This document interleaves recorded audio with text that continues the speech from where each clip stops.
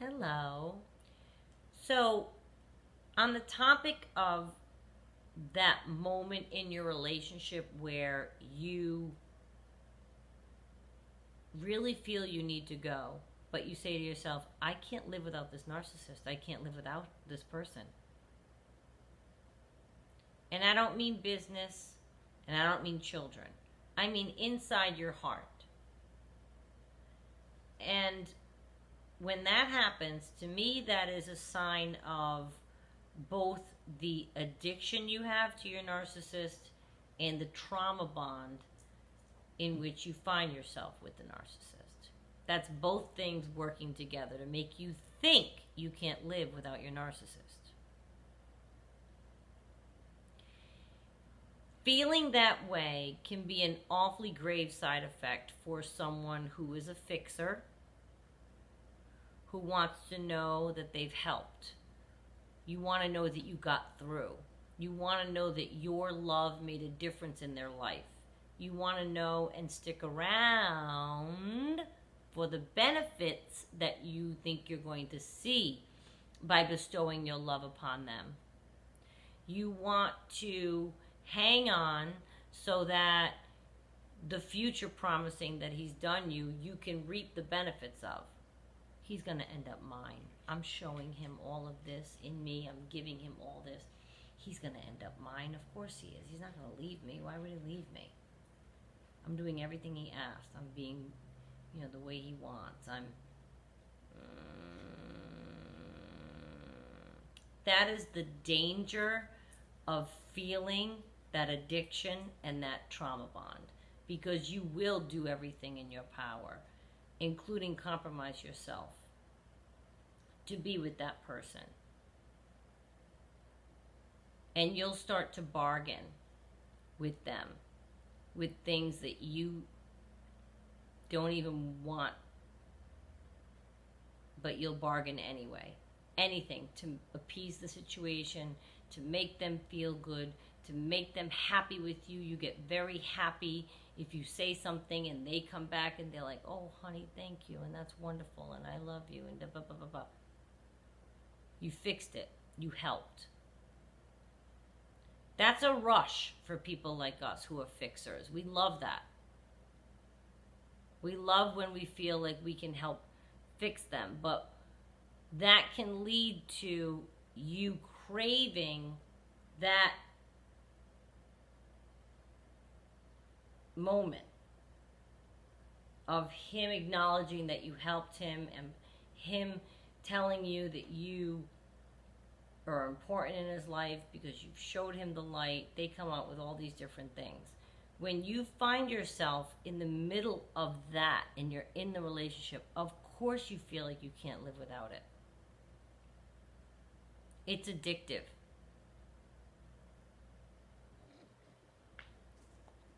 The adrenaline of the fighting is addictive, as we know. So you feel you can't live without him. You may not even have that on your mind. But that's part of what you can't live without.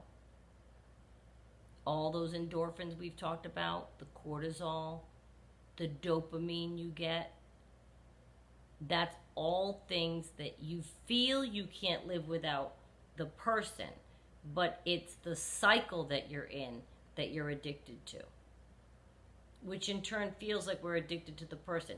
And that can almost be romanticized as well, can't it? I'm addicted to the person. That language has been romanticized many times. I'm addicted to that person. They're addicted to me. That's not a good place to be, if that's a real thing that you're experiencing. That's not a good place to be. And then you're in it, and they're good to you, and you did something for them, and they tell you, oh my God, I love you so much, I could never be without you. See, honey, you really know how to handle me. You really know how to make me see, and you really make me understand. And then boom, he does something mean, and it's the opposite of everything he just said to you. It's, they're going to devalue you and say, well, how could you even do that? Or why would you think that? Or why did you wear that? Or what do you I can't even begin with the mean things that they say and devaluing. But then that's going to make you crave the good stuff. So now you're on the hamster wheel, right? So they were mean again. Now you're on the hamster wheel and you're going to chase. You're going to chase that good thing that they said to you. So you're trauma bonded to them. And you're addicted to them through this cycle that they play with you. If you feel you can't live without them, I challenge you to look at the love part. Do you love them? And if you say, yes, of course I do. Okay, why? None of your answers can have anything that starts with, because he does this for me. Nope. Why do you love them? Not because he loves me such and such a way, or we love, nope. The man or woman that the person is, why do you love them? And let me help you out. Think of somebody that you do love and list the reasons. Okay, so I'll think of my grandfather. Doesn't have to be romantic love for you to take part in this exercise and know what I mean. I can list the reasons that I loved my grandfather. Full of integrity, kind, generous, sweet, strong, smart, loving, giving, gracious. I can list a million more things. So when you look at your narcissist, is he really or she your dream person? Do you love them? Them, the person. Not acts they do. Now, the way somebody behaves and acts that they do, sure, can lead you to know that my papa was gracious and sweet and strong. Of course. But don't go off what the narcissist does for you. Look at them as a human being. Do you even really love them? Maybe you don't. Maybe you're addicted to the cycle and that's what you can't live without. You can't live without the adrenaline. You couldn't picture life right now with no person in it because it would be nothing but quiet. So maybe you can't live without them, but it's not necessarily them. It's, I can't be without a person. I already have this person. I'm already in it. It's difficult, but it's not as difficult as going out and finding a new person, and you hear that expression. Oh, you'd have to train somebody else. Oh, I can't stand that expression. Nobody's training anybody. You should be able to meet somewhere in the middle and then go forward together. You know what I mean? I don't want it to be like I'm training somebody.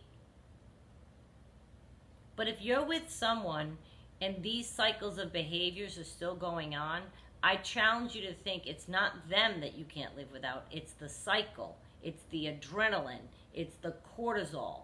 It's all of the things that happen within you that you know are going to happen. So you're betting on it. You do something nice for him, you know dopamine's coming. You challenge him, you know the adrenaline's coming. You feel like you don't even realize it. You're craving a hit of adrenaline, you might pick a fight. Unbeknownst to you. It gets you in a very tricky place when you're involved with these people. It gets you in a very tricky place. Now you might say, no, I'm not the type to pick a fight. Well, no kidding. But when you're craving certain things from the narcissist and they're giving you the silent treatment and they're giving you nothing and you being nice isn't working, you're going to do something to get his attention. Something to get some kind of reaction because you're addicted to the reactions. And I'm not challenging you and saying you can't possibly feel that you can't live without your narcissist.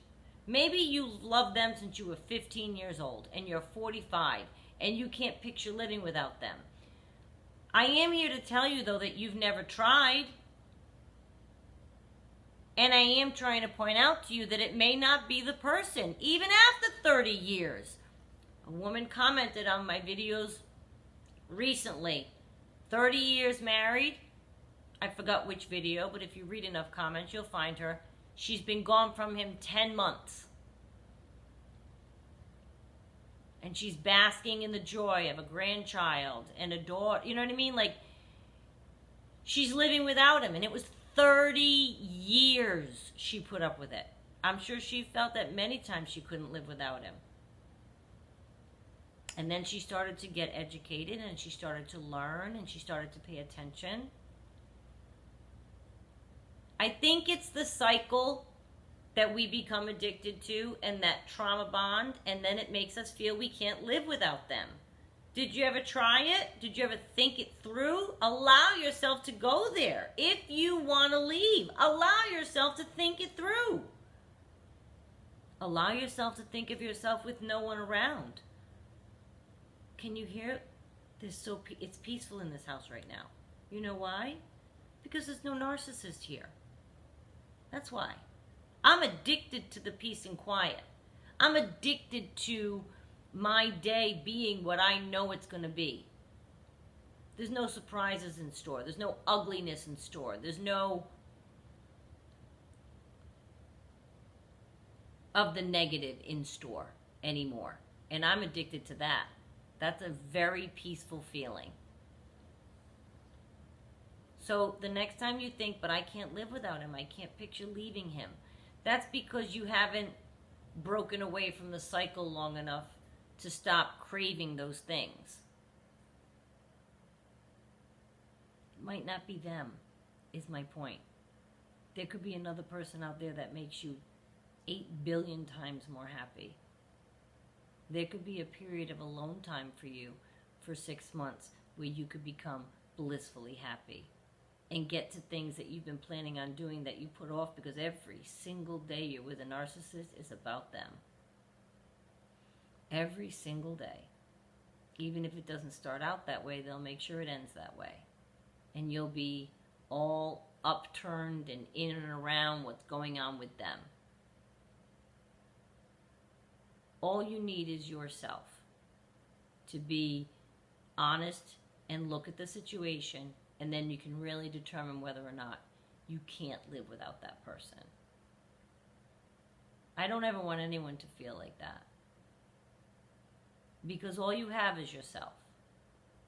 So get your footing, get your stronghold, look at the situation, and ask yourself, are you really in love with that person? That person, that man, that woman, are you in love with them? There's no possible way I was. Now that I think about that, how could I have been? First of all, he wasn't who he said he was, and he didn't show me the real person. He was a pretend person the whole time. How could you ever know a narcissist? They don't know who they are. They can't land on a constant personality. I could never say that I loved him. How can you? I wouldn't even know how to describe him to people, because I don't know who he's being right now in the world. He could be being somebody totally different. They shapeshift. It's hard to love somebody that does that. And I don't know about you, but I can certainly live without that.